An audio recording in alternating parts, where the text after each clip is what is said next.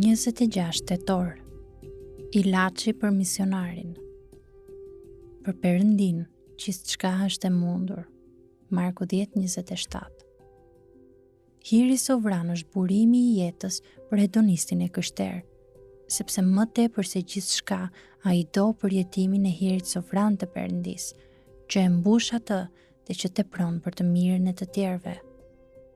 Misionarët hedonistë krishterë e duan fort përjetimin, jo unë, por hiri i Perëndis me mua, me pare Korintasve 15:10.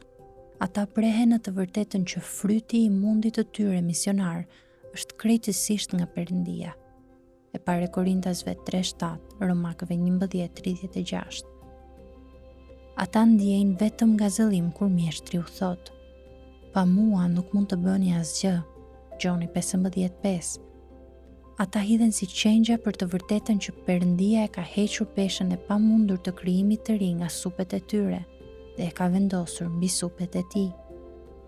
Pa u ankuar, ata thonë: jo se jemi të aftë nga vetja, të kuptojmë të një gjë, sikur vjen nga vetja jonë, por aftësia jonë është prej Perëndis. E 2 Korintasve 3:5.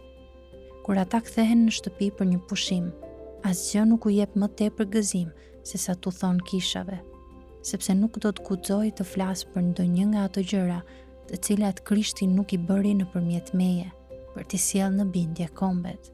Romakëve 15:18. Për Perëndin gjithçka është e mundshme. Në pjesën e parë këto fjalë japin përulësi dhe në të dytën shpresë. Ato janë antidote për dëshpërimin dhe për krenarinë, ilaçi i përsosur për misionarin.